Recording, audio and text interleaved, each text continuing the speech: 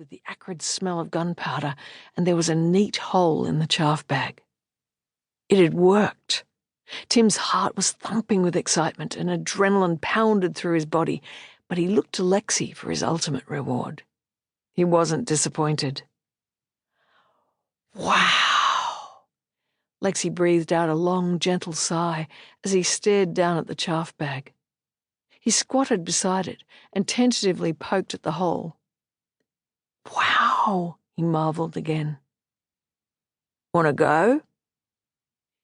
His eyes as big as saucers, Lexi looked up at Tim and nodded. Use both hands, Tim instructed, and ease the trigger back, he said. Don't jerk it. Lexi did exactly as he was told.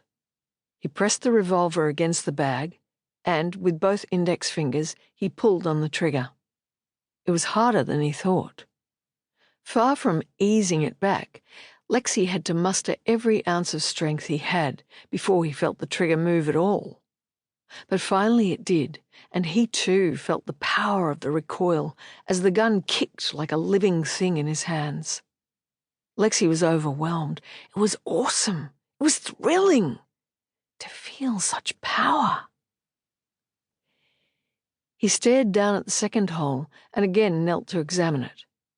Then he lifted the side of the bag to peer at the damage underneath. Watch it, Lexi, his brother warned, taking the weapon from him. You've got to be careful with guns. Lexi wasn't listening. Look, it's gone right through the other side. Chaff started to pour out of the hole. It's making a mess. Doesn't matter. The feed bin needs filling. We'll empty the whole bag in when we've finished. Tim grinned. Dad'll be pleased with us. But Lexi wasn't listening. He was thinking about the chicken he'd watched his father kill for Christmas dinner 2 months before. I wonder what it'd be like to shoot something real. What do you mean? Tim asked. I remember when Dad killed the chook? Lexi did. He remembered vividly the suddenness of it all. 1 minute a squawking bird, then nothing but a carcass. Imagine having that power. He shivered at the thought.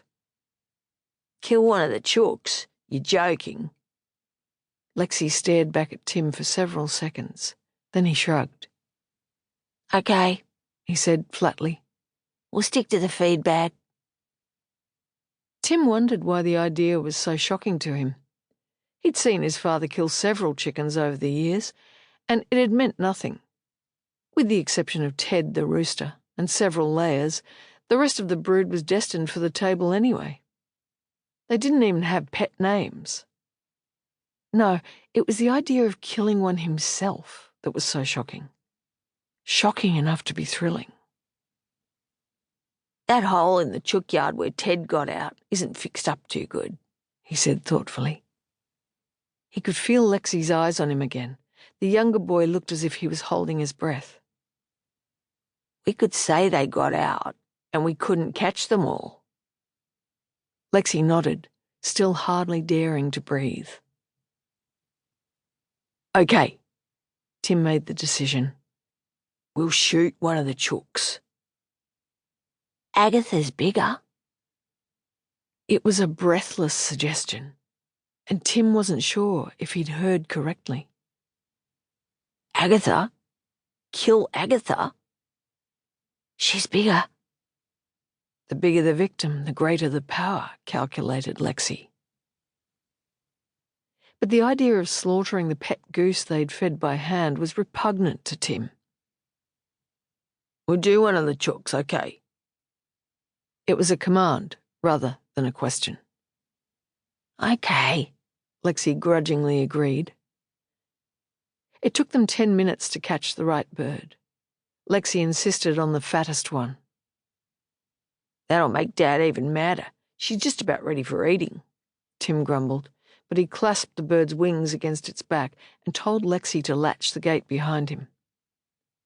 We better not forget to rip that hole in the fence, he said as they returned to the woodshed. Tim had decided that they should shoot the bird against the chaff bag.